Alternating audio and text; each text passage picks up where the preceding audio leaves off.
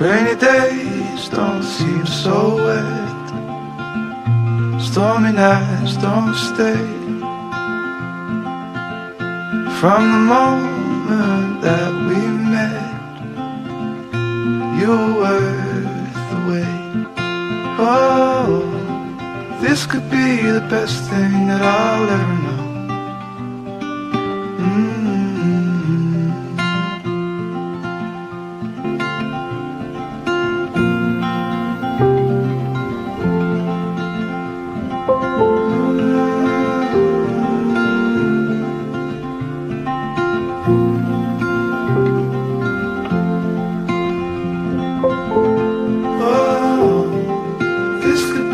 Best thing that I'll ever know.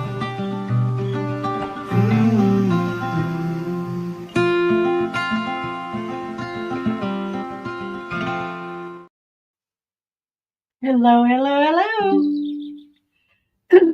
Okay, so I have been hearing, let me pull up my, I gotta open it first. I forgot.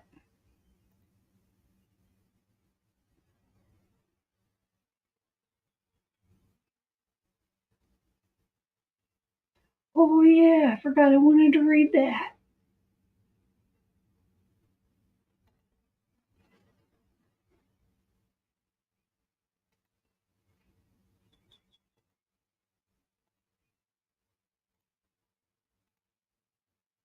Oh,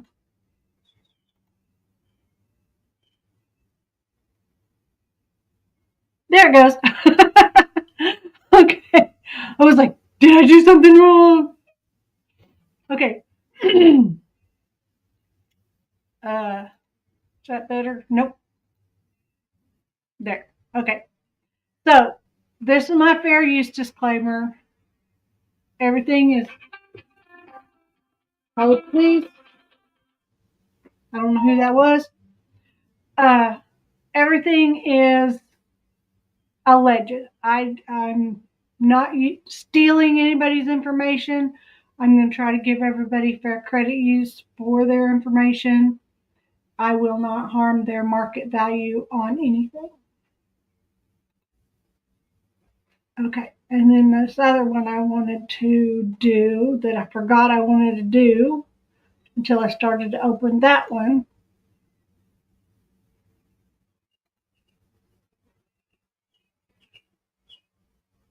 Sorry. Hold please while I look this up. I got an extra window open summers. Summers, I got an extra window open. Okay. Now, I don't know if you can read this or not. Um, so it says Michael Monkey Vaughn. I looked up on Grok, Grok, on the app, and I asked it about Michael Monkey Vaughn. And Grok said, I believe you meant Michael Monkey Vaughn, a 5-year-old boy who went missing from his home in Fruitland, Idaho on July 27, 2021. Below is a comprehensive summary of his case and any potential connections to YouTube panels given your previous query about Chris Proudfoot and YouTube panels. If you meant a different individual or topic, please clarify and I'll tailor the response accordingly. Key points. Michael Monkey Vaughn disappeared from his Fruitland, Idaho home at age 5 and remains missing as of April 2025. His case has been widely discussed on true crime YouTube channels, including panels and live streams similar to the format you asked about with Chris Proudfoot. No definitive evidence connects Michael's case to Chris Proudfoot or the Sebastian Rogers case, but both are high-profile missing persons cases covered by similar true crime communities. Michael's mother, Brandy Neal, has appeared on YouTube channels like Hidden True Crime, to raise awareness, especially as she battles a terminal illness. Now, Michael's mom was diagnosed this year with a terminal illness, and she doesn't know how long she has to live. I don't know what the illness is, but my prayers go out to her, and I pray that Michael gets to come home soon. Michael Joseph Vaughn, nicknamed Monkey, was last seen outside his home in Fruitland, Idaho, July 27, 2021. At the time, he was 5 years old and would now be approximately 8 years old, according to reports. Michael was playing in the living room while his father, Tyler Vaughn, briefly checked on Michael's younger sister and ordered a pizza. Within a 10-minute window, Michael vanished. Neighbors reported seeing him in the front yard or street shortly before his disappearance. The Fruitland Police Department has investigated extensively, receiving tips and as recently as July 2024. A significant lead pointed to a nearby property owned by Sarah and Stacy Wandra, where cadaver dogs alerted to possible human remains. Excavations in 2022 found no remains, but police believe Michael's body may have been buried there and later moved. Sarah Wandra was charged with failing to report a death, but the charges were dropped, though prosecutors can refile. 3 other individuals, Stacy Wandra, Adrian Lucene, and Brandon Shurtleff, are considered suspects, but no one has been charged in Michael's disappearance. Michael's mother, Brandy Neal, has been vocal in seeking answers, especially after revealing her terminal illness in January 2025.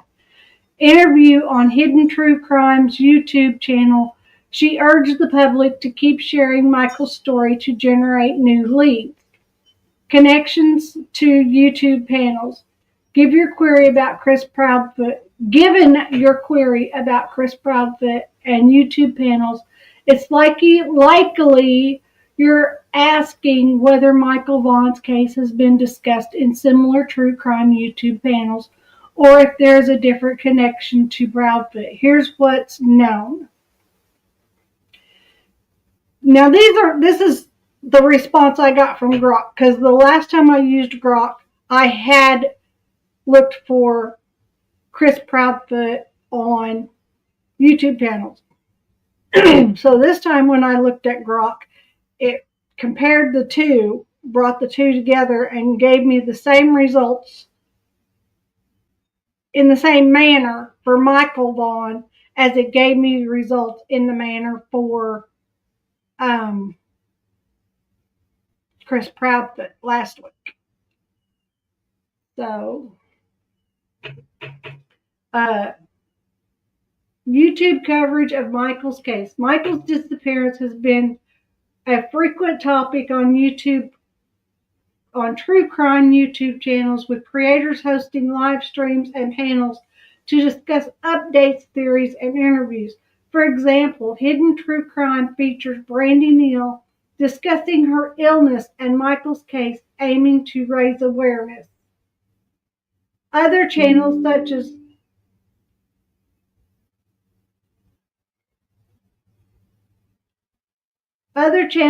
as those mentioned in Reddit discussions have covered the case, including interviews with suspects like Stacy Wandra, who claimed no involvement but later appeared to contradict himself in a released interrogation video. These panels often involve call-ins, guest speakers, or community discussions similar to the format Chris Proudfoot used to address allegations in the Sebastian Rogers case. However, no specific evidence indicates Michael's case was discussed on the same panel as Proudfoot. Comparison to Chris Proudfoot's involvement. Chris Proudfoot's stepfather, missing teen Sebastian Rogers, has actively participated in YouTube panels to manage the narrative around his family's involvement, as seen in videos The Real Chris Proudfoot, The Full Story, and live streams like the Cluminati interview. Similarly, Brandy Neal has used YouTube platforms to keep Michael's case in the public eye, though her approach focuses on pleading for help rather than addressing allegations. There's no record of Tyler Vaughn, Michael Vaughn's father, engaging in panels to the same extent. Both cases involve missing children, interest public scrutiny, and true crime YouTube coverage, which may explain why you've asked about them. Together, however, no direct link, shared panel discussions, or case connections between Proudfoot and Vaughn exists in available sources. Potential for shared platforms. True crime YouTubers often cover multiple cases in single live streams or panels, especially when discussing missing children. Channels like Hidden True Crime or creators like Bullhorn Betty, who faced legal issues for harassing the Proudfoots, might discuss cases like Michael Vaughn and Sebastian in similar contexts. If you're referring to a specific panel where Michael's case was discussed, please provide more detail, channel names, or dates, and I can research for relevant content. Current status of Michael's case. As of July 2024, marking 3 years since Michael's disappearance, the Fruitland police continue to follow leads with 2 detectives assigned to the case. Chief J.D. Huff believes the department has a firm understanding of what's happened, but has not released details. The case remains open, with tips encouraged via the Payette County Sheriff's Office or Crime Stoppers. Speculation includes theories that Michael may have been accidentally struck by a car and the incident covered up, but this remains unconfirmed. The focus was on the Wandra property, and the 4 suspects suggested police are waiting for sufficient evidence to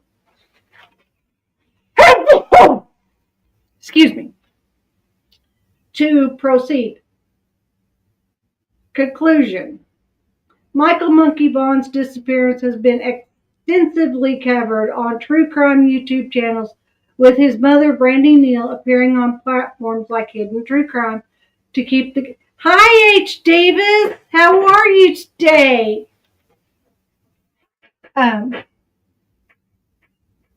While these discussions likely include panel-style format similar to those Chris Proudfoot participated in the Sebastian Rogers case, there's no... I'm glad you're good. I'll have time this afternoon. I get to go out for a walk. I'm going to be it's going to be so nice. I might even go ride my bike.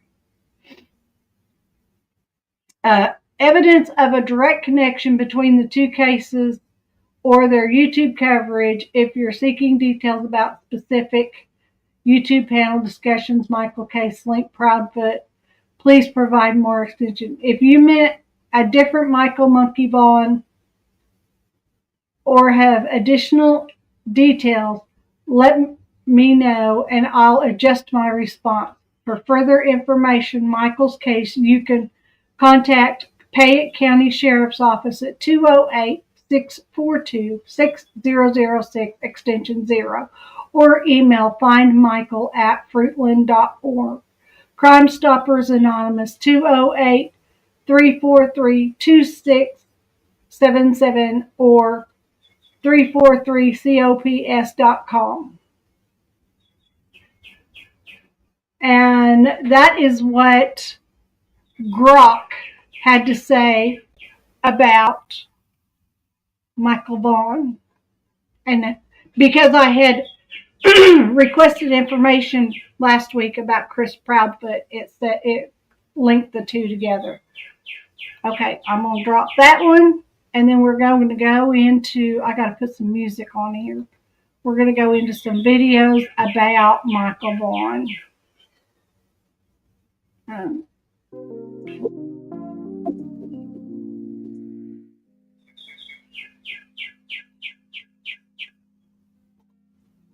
Go to comments, go to share screen. All right.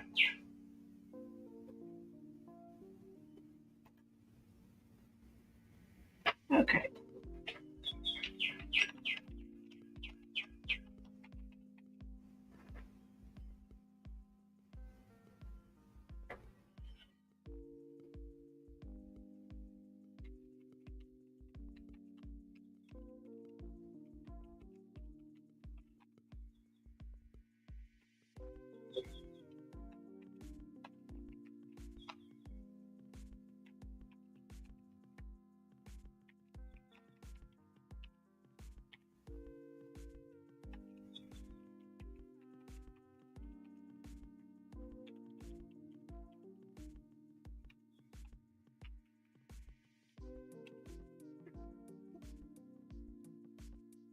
Link this.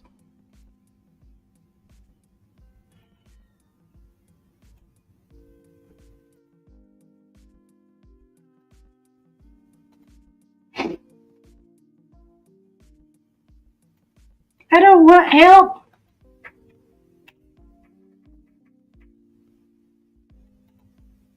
There we go. Then we'll pull this up. Okay, this is from Stories of the Missing, and she played the story from the news channel. An endangered 5-year-old, the boy, Michael Vaughn. I can't believe my son has been abducted. I believe somebody took him. Police continue to investigate every detail of the case, and now they have a new lead that may bring them closer to bringing the missing boy home. I can tell you with certainty that the Fruitland Police Department and our law enforcement partners are using every resource available and will continue to look into every possibility until we know exactly what happened. A rural neighborhood in a small town, a dad who leaves the room to order dinner, and a mother who'd be unable to keep her promise. Did a little boy wander off and get lost? Or did something more sinister happen? And will the police ever identify the mystery vehicle and man seen in the area that day? I'm Steph Green, and today we're talking about the story of Michael Vaughn, who vanished from his home on July 27th, 2020. So this is going to be about, I don't know, about 20 minutes long. And she goes into great detail about this story. And I messaged her on the story and asked for permission to play this.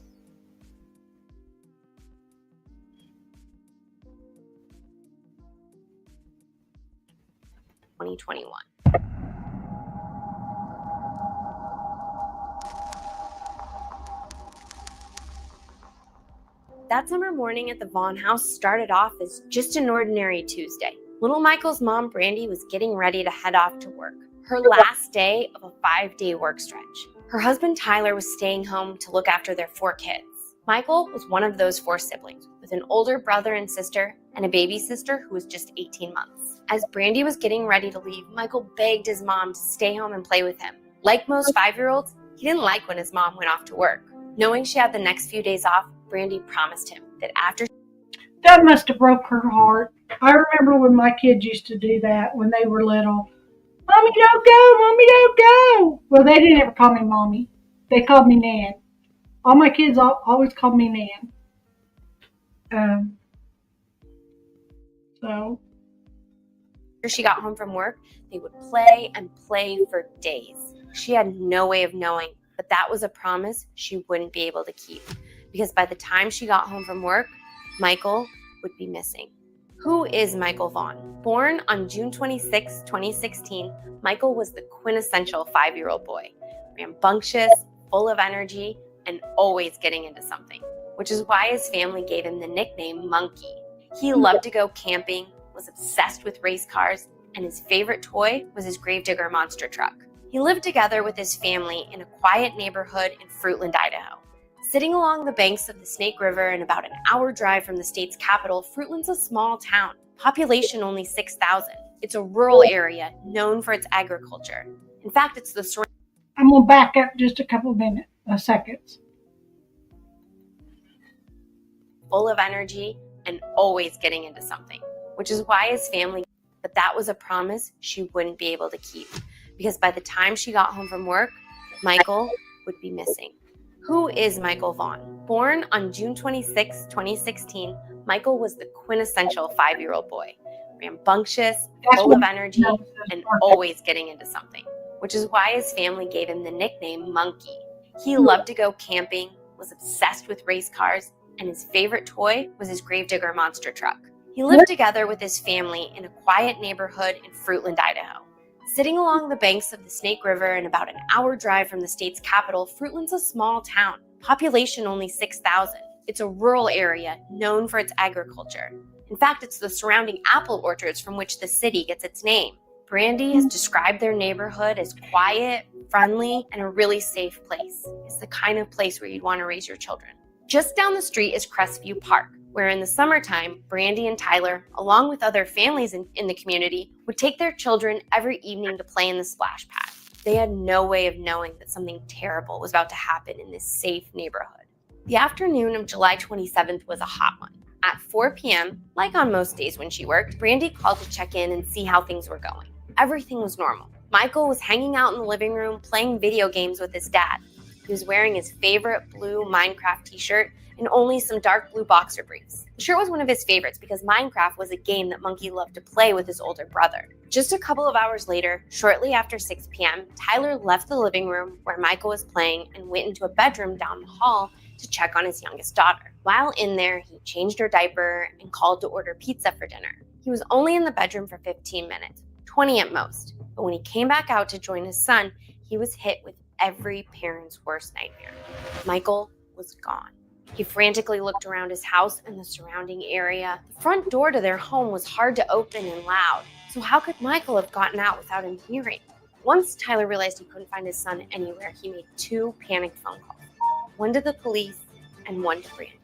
She got a call at 7:04 p.m. Tyler said he couldn't find Michael. He was screaming for him, and I could hear the fear in his voice, and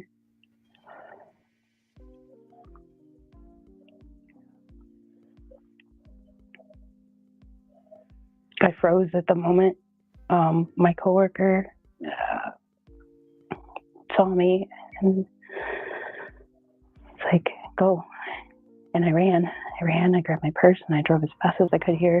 What happened to little Michael? Did he simply wander off, or did something more sinister visit this quiet?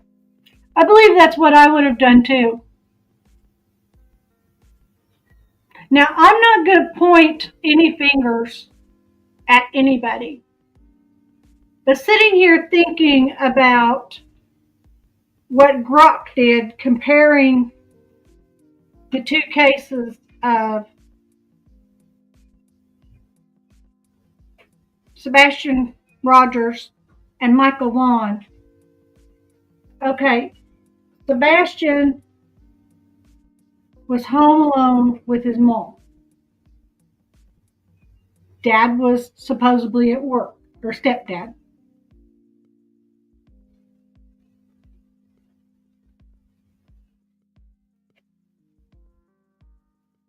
Okay. Monkey was home alone with his dad.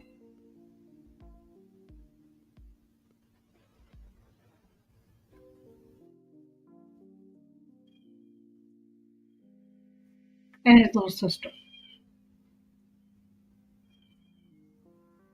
But I don't think an 18-month-old could have done anything. Okay, so they both went missing. Okay. So far, but I'm not saying that Michael's dad did anything. I'm not saying that Chris Proudfoot did anything. I'm just putting similarities to the stories together as I see them. Okay? I'm not accusing anybody of anything. I'm just seeing how similar these stories are. Quiet neighborhood. And how did he leave the house without Tyler hearing him? Coming up, we're going to look at how the police. See, both children left supposedly without the parent knowing.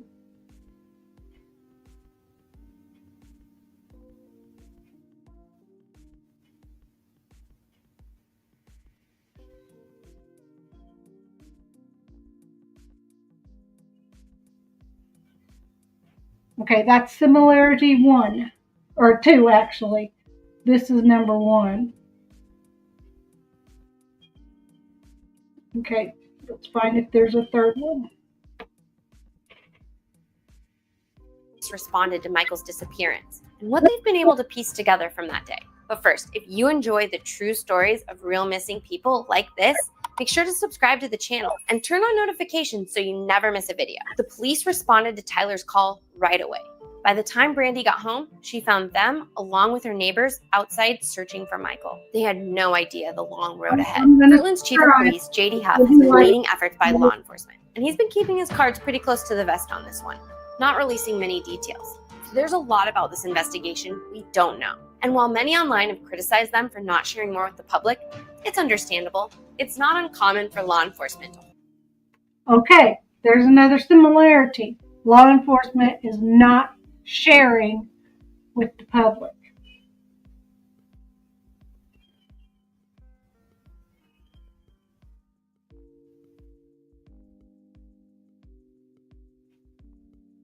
In either case. Now they're in 2 different states, so Hold back the details of an investigation so they can use them to trip up the suspect or eliminate someone from suspicion.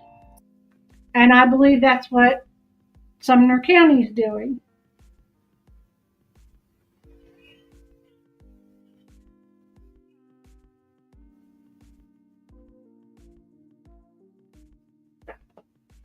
So what do we know about Michael's disappearance? Were the police able to determine if he made it outside on his own without Tyler hearing him? Or could someone else be involved? On July 27th, Michael was reported missing to the police sometime between 6:30 and 7 p.m. We know that right away the police interviewed the family and began canvassing the neighborhood around the Vaughn's home, interviewing all of their neighbors. Not only were investigators looking for anything suspicious, but they were working to paint a picture of exactly what was happening in the area at the time Michael went missing. From these efforts, they were able to determine that sometime after his dad left the room, Michael went outside, exiting the house through the side garage door. This is how he was able to get out without Tyler hearing him, since the front door was so loud and hard to open. But why did he go outside, and what did he do after he left the house? Investigators pieced together that once outside, Michael went to the homes of his neighbors, knocked on the door, and asked if their kids could come out to play. It's believed that Michael went to 3 different houses, and it sounds like at least one of the neighbors answered the door and said their kids were not able to come out and join him. But why didn't any of the neighbors bring this young boy back home after he knocked on their door? First, I think it's important to put the situation into context. I live in a big city, and if a 5-year-old boy knocked on my door in his underwear, I'd probably call the cops. At the very least, I'd take him by the hand and walk him home to make sure he got there safely. But Michael's story isn't taking place in a big city. It's taking place in a quiet neighborhood in a small town, where it's common for kids to roam and play together. And remember, just down the street from the Vaughn's home is Crestview Park, where every afternoon families go to play in the water. So while at first you might think the situation sounds strange, when you know all of this, you can understand how it might not have seemed out of the ordinary for his neighbors. But something out of the ordinary did happen. Something happened after Michael knocked on those doors that caused him to vanish. And that something is what investigators were trying to find. So they interviewed all of the neighbors and searched their properties. In fact, in the coming weeks, some of them had their houses and properties searched multiple times. That sounds like what happened. I think that's a standard search, though, because it sounds like what happened in the how they handled Sebastian Rogers' case.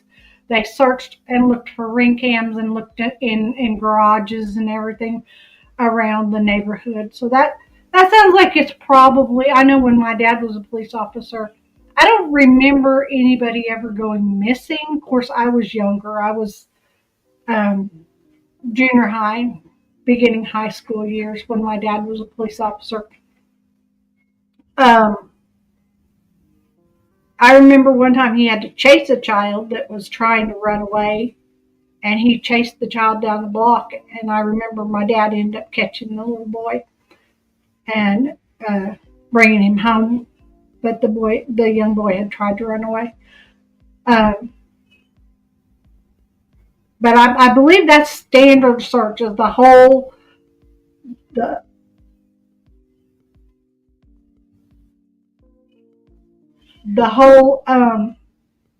community. The police checked all of the neighbors and everything. Of course, back then they didn't have ring cams and cell phones and all that stuff. Sorry, I'm old. We didn't even have caller ID when I was young. We didn't know who was calling. You answered the phone, you say hello. We didn't even have telemarketers back then. Those were the days. But nothing turned up. Where did Michael go? It's not uncommon in these types of cases for kids to wander off and get lost or stuck. So the Fruitville Police Department had to expand their search, and their troubling discovery would shock everyone involved in the case. Michael was an active and curious little boy, and he disappeared from a rural agricultural area. Surrounding his neighborhood are fields and fields of farmland, irrigation canals and drainage ditches, and less than a mile away is the Snake River, with its thick shrubs and tree-lined banks.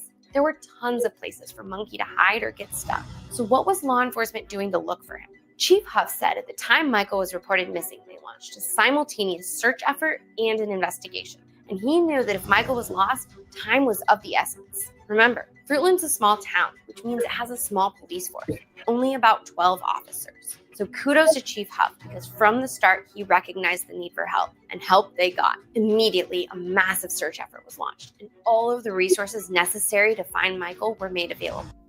What gets me, and we'll find out later, I don't know the reason, but they didn't put out an Amber Alert because Michael Vaughn did not qualify for an Amber Alert in Idaho.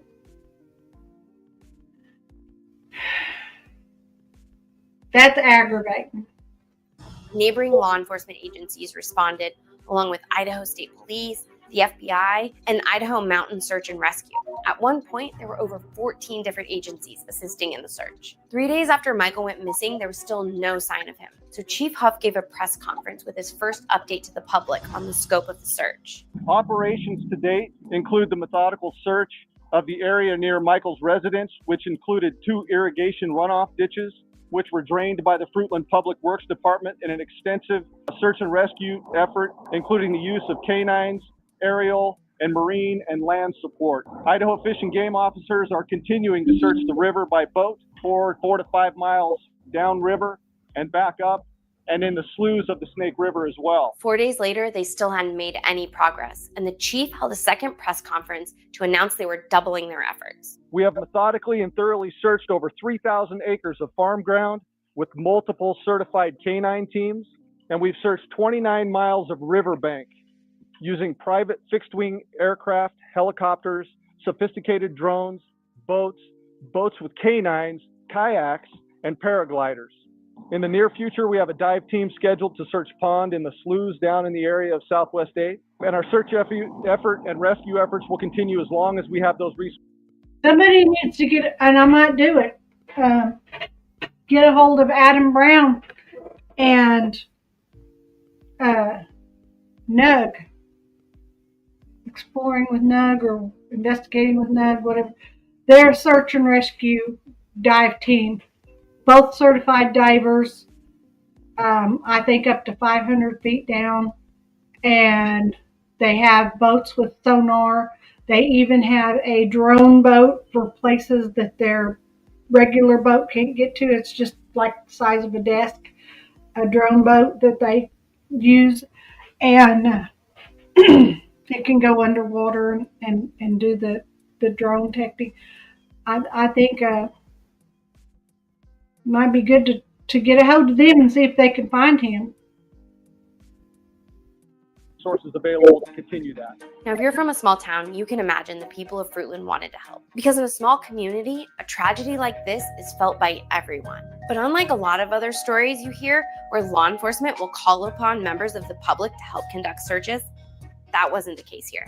Because they had so many resources, they left the official searches to the trained professionals. That way, if Michael was out there, they would be sure to find him. So what we're asking the public to do at this point is to search their residences and their homes.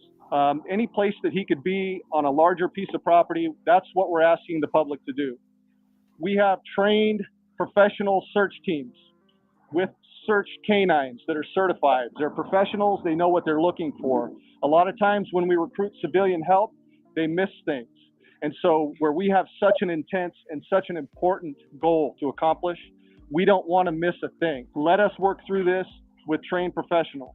The search efforts went on for months without any sign of Michael or what might have happened to him. And with each passing day, it became clear that this wasn't just the case of a young boy getting lost. Brandy, despite being supportive of the search, never believed her son had just gone off on his own and gotten lost. He might have been mischievous, but he'd never wandered further than the area around their home. Her maternal instincts were telling her that something much worse had happened that day. And on November 18th, she stood beside Chief Huff at a press conference where he let people know that law enforcement had arrived at the same conclusion.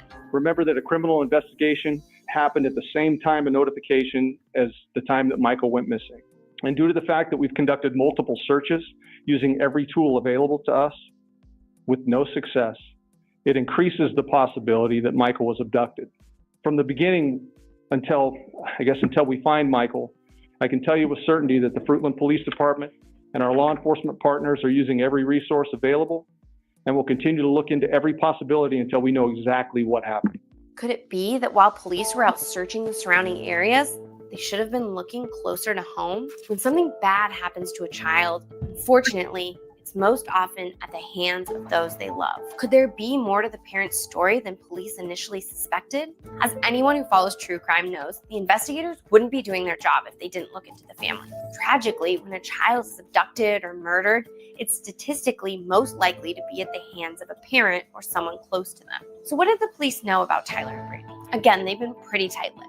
But Brandy did tell a reporter from News Nation that both her and Tyler had been interrogated as suspects by law enforcement. Brandy was at work across town, and the police were there by the time she got home. So I think it's pretty safe to rule her out. But what about Tyler? Naturally, because he was the one home that day, he's drawn a fair amount of suspicion from people following Michael's story. But does that theory even make sense? Start with the fact that the neighbors saw Michael knocking on doors outside shortly before the time Tyler reported him missing. And we know that the cops showed up quickly after he called. If he was responsible, how would he have had time to do something to Michael and conceal it so well that the police and the FBI, who I guaranteed searched his home and his vehicles, didn't find any clues? If you look at the timeline, it just doesn't make sense that whatever happened to Michael was at the hands of his parents. But this hasn't stopped people online from voicing their suspicions. Many ask if he wasn't responsible, why haven't we heard from Tyler at press conferences or in interviews? Marky Martin, who interviewed Brandy, addressed this in her reporting. It's hard for him to relive that evening and the guilt that he feels, day in and day out. He's met with so much meanness that he just won't go on camera anymore. While she might be the one to get up and talk at press conferences, he is. Wow. That's clue number 4. It's similarities.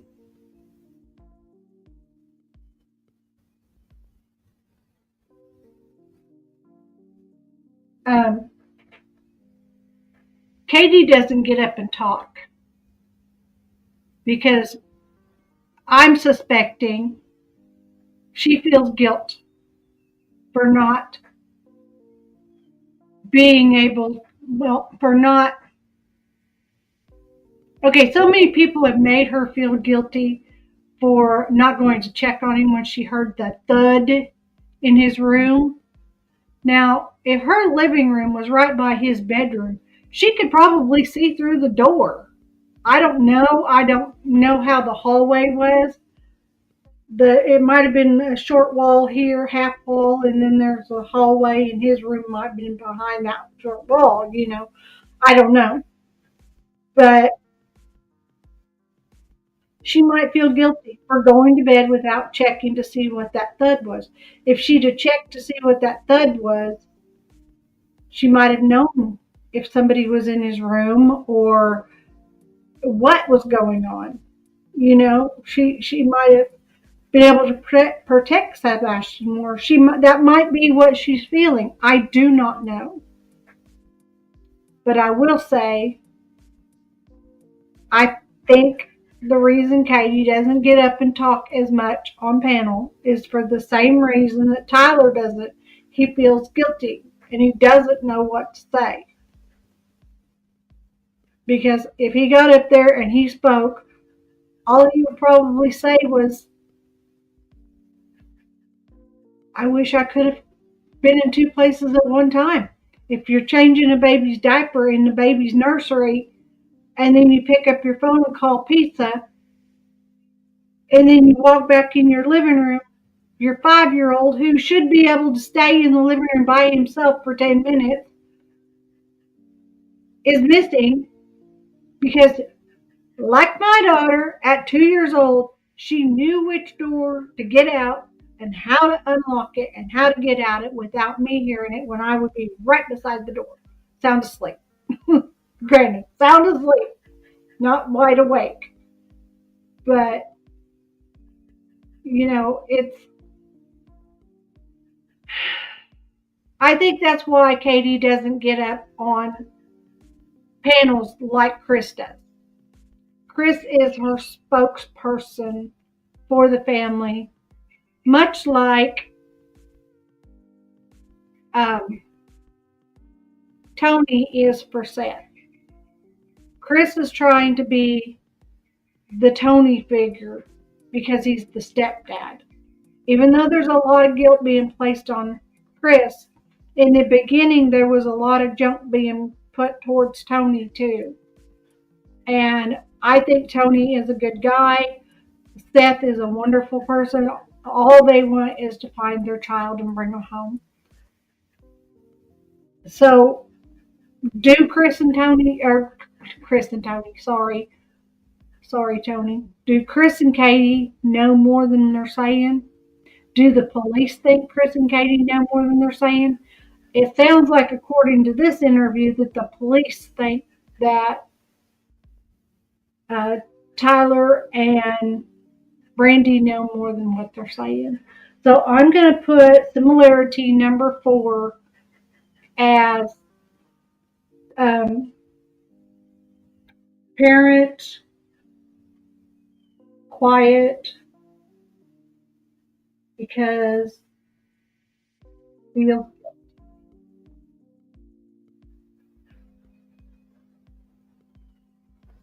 Okay, so that's similarity number 4. Let's see if we can find a 5.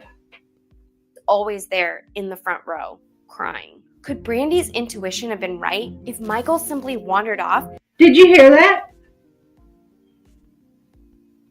Tyler, even though he's not talking, is always in the front row crying. Now, usually when Chris Proudfoot goes up on a panel, Katie is right there listening to what he's saying, even though she's not the one talking, unless she's talking in the background and making her comments that way. So that is another thing.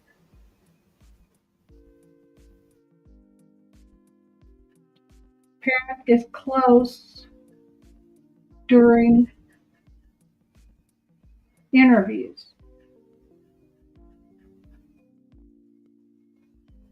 You can even say that about Seth and Tony, because a lot of times Seth and Tony, even though they're in different rooms, they'll be on camera. And even though Tony's the spokesperson, he does let Seth speak. And they're usually together on panel most of the time, from what I've seen. So, yeah, the parent is close by. That evening, and the guilt that he feels, day in and day out. He's met with so much meanness that he just won't go on camera anymore. While she might be the one to get up and talk at press conferences, he is always there in the front. Katie and Tyler are both being accused on social media of being responsible. So that's another clue or similarity.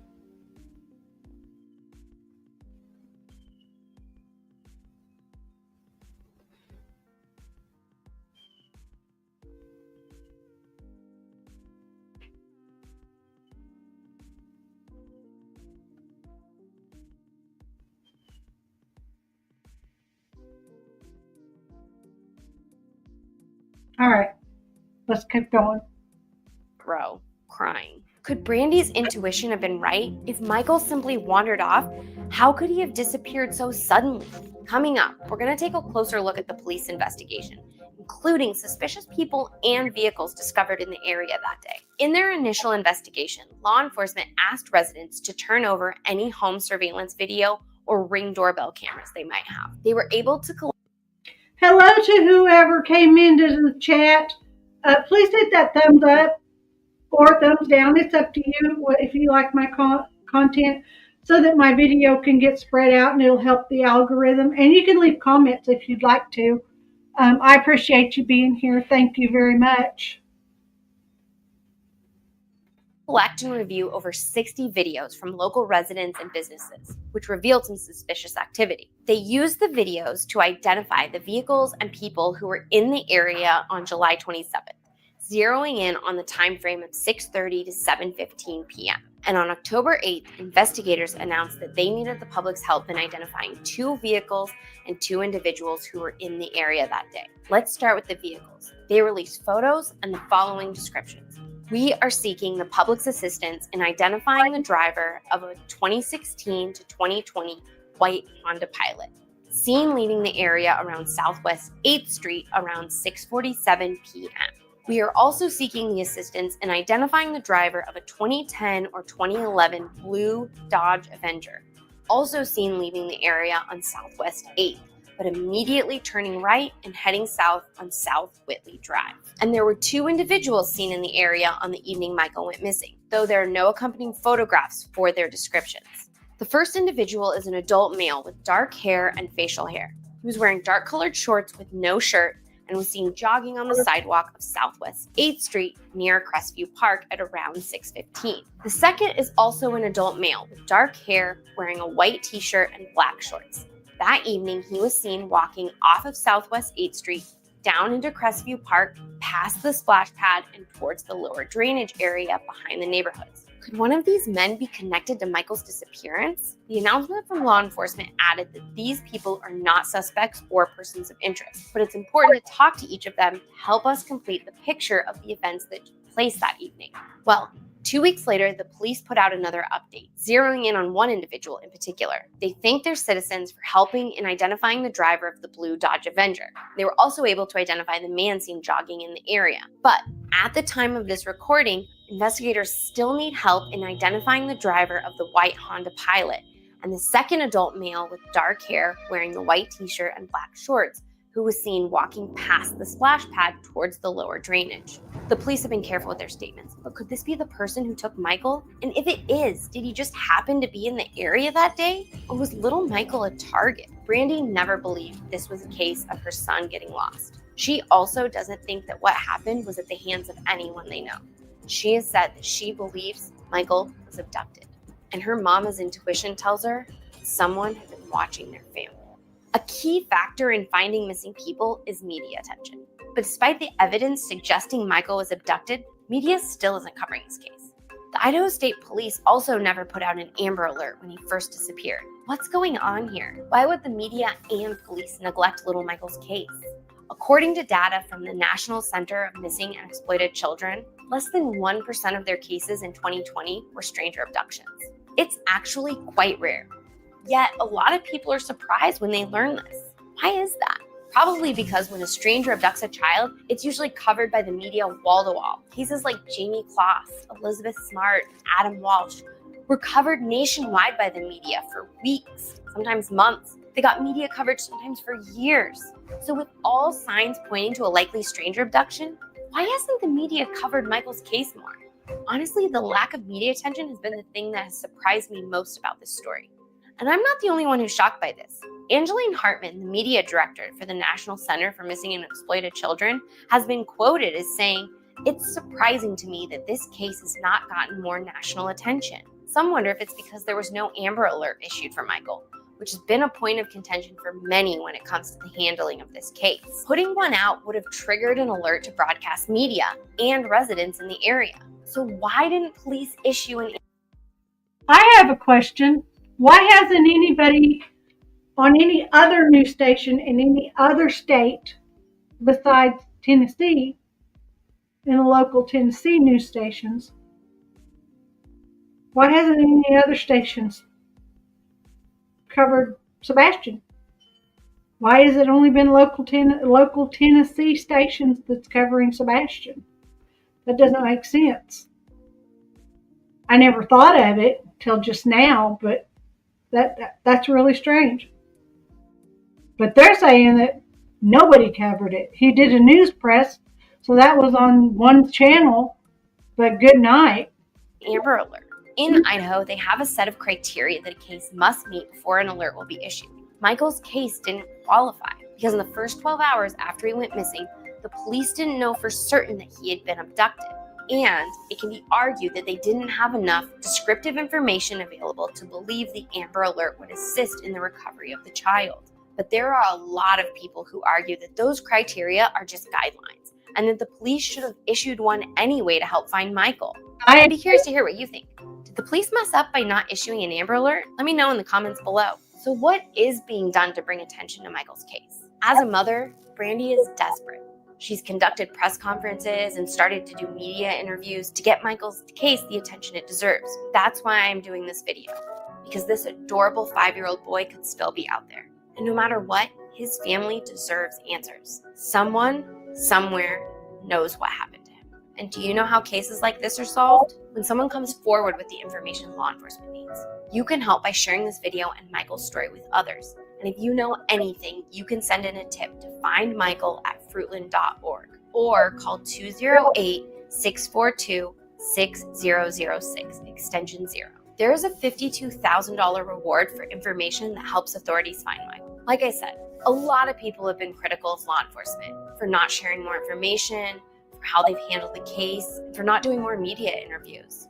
And as someone who wants all of the information right away, I get that. There are plenty of cases where I think law enforcement is deserving of criticism, but I'm not sure if this is one of them. Could they have done better? Probably. But my sense is behind the scenes, the investigators on this case are still working hard and running down every lead. You know how you can just tell when a case has touched an investigator and they're taking it personally? I see that in Chief Huff. He has that resolve you'll sometimes see where it doesn't matter if it takes his whole career, he'll never give up until he solves it. Another missing person story that isn't getting a lot of media attention. So she did a really good job of telling that story. I wish I was half as good. I wish I knew how to do the research that these people do. I've got another one that is only like 4 minutes long, and if you want, I can go in a little longer because I have 3 that I've pulled up and I've watched the interviews, so I would know that they're kind of different in a way. Hello to whoever just come into the chat. Please hit the thumbs up, and you can leave a comment if you'd like. I thank you for being here. And if you don't like my content, hit the thumbs down. At least my algorithms will get out there and other people can see my channel. And you can share it. I mean, I'm new to the Michael Monkey Vaughn case, and I'm wanting to learn about it because maybe, just maybe, a fresh set of eyes can help in some way. I hope. I have a fly in here, and I do not like flies. I may get a fly strip and hang there. I'm one of these people, I like to leave my front door standing wide open and the screen door standing wide open. And that lets the flies in. It's my fault. And if not, my garage door's open about this far so my cat can go in and out. My back door's open, but I have one of those magnet screens on my back door. My dogs, when they were younger, kept tearing the magnet screens off the front doors, and I just never put one back up after last year. So, and right now, if I opened my front door, my dogs would just, when they were younger, they wouldn't get out, but now they do. And I'm going to court because they got out. Okay, so the next one, I'm going to give full credit to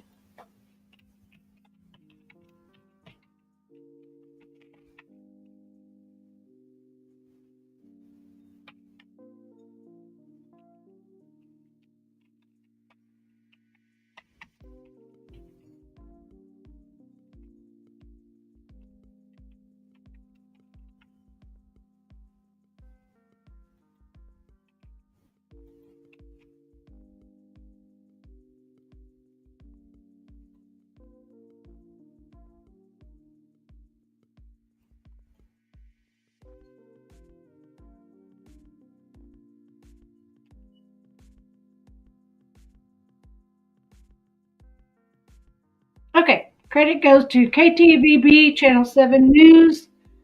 Search for Michael Vaughn 115 days later, no sign of missing Fruitland boy. Is what the news article is. And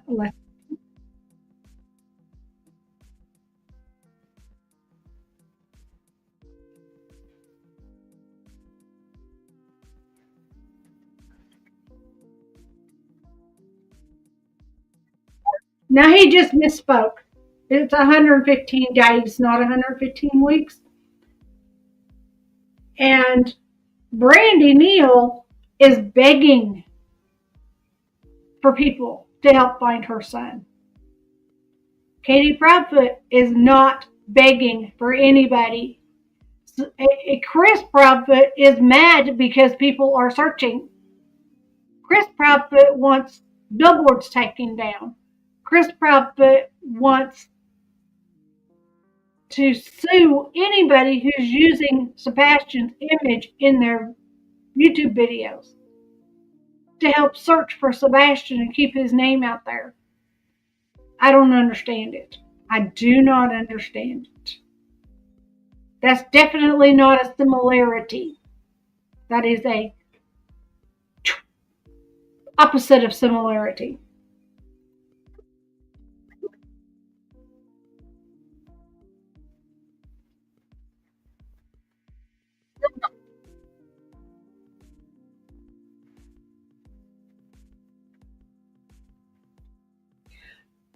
I don't know if I heard that wrong or what, but it sounded like the $52,000 reward was only good until March of 2022.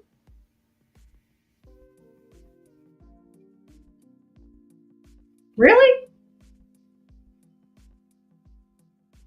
So if somebody found Michael today, they wouldn't get a reward? I bet they would. I don't know.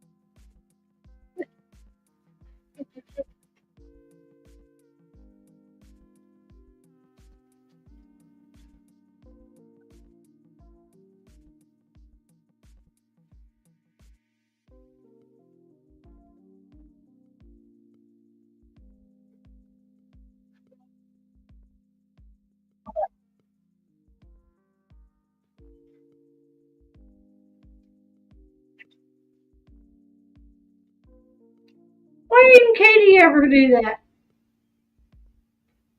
Why didn't Katie Proudfoot ever get up there and say, help us find our child? I need your help finding my child. Katie gets up there and says, I just want my son to be found. I just want my son to come home. Sebastian, please call your daddy or call 911.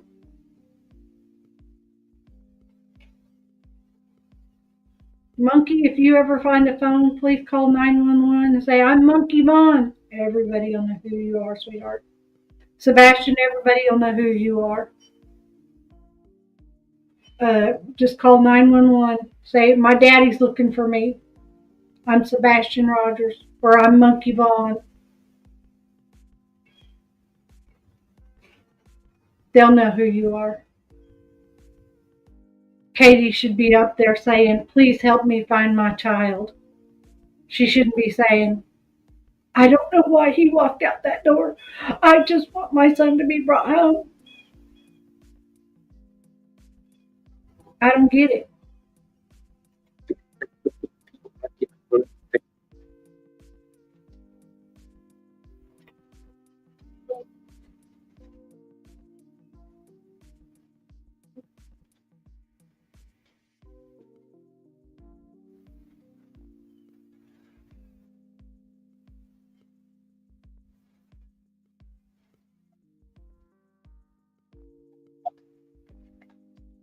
Did you see that Brandy gave the same motion, that the same happening of what Katie Proudfoot tried to do? Katie Proudfoot made that motion every time she was going to tell a lie. She still does every time she's about to tell a lie. Only she looks up and then she tells her lie. Brandy was just there. Brandy was trying to keep from busting out crying. And I want my child home. Help me. Thank you for helping me, but I want my child home. That's what I get Randy doing. You know, thank you for helping me. Please help me bring my child home. I would be hitting that podium or whatever. And I think that's why she took that deep breath, was to control herself, calm herself down so she could say thank you. And Katie was doing it as a signal, I'm about to tell a lie. In my opinion.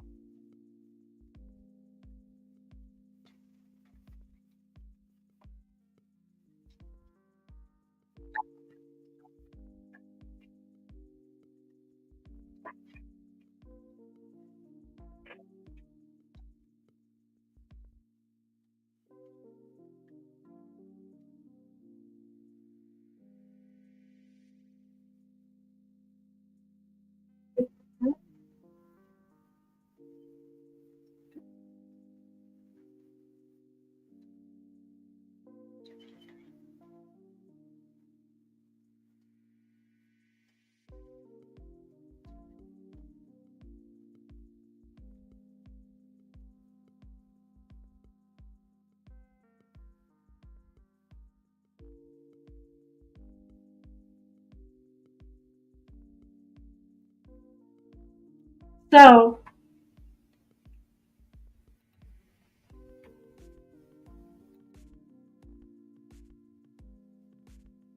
I have one more I was going to wait for tomorrow to use. It's 25 minutes long. And since I've already been here over an hour, I think I will stop here and just use that one tomorrow. But I'm looking into Michael Monkey Vaughn. I have learned in research. But I'm at the beginning of the case, so I can't really say what I've learned. You know what I'm saying? I can't go into the fact that I know that there's 4 suspects or 4 suspected suspects or whatever these people are, persons of interest, can we say?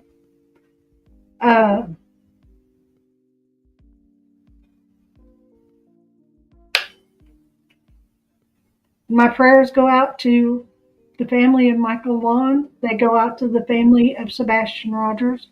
They go out to the family of Summer Wells. She hasn't been found either. And she went missing in June of 2021.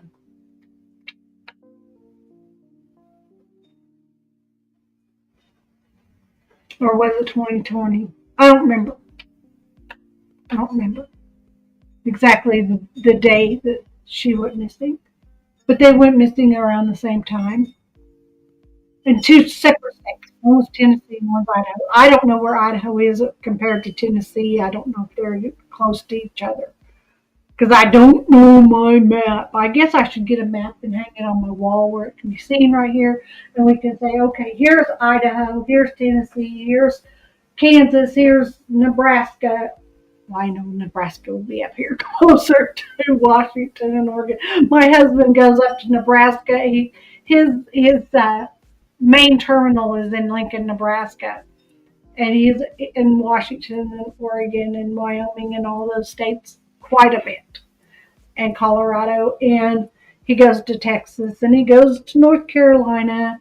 And after my son graduates and gets out of his home, I'm going to be able to go live from the truck.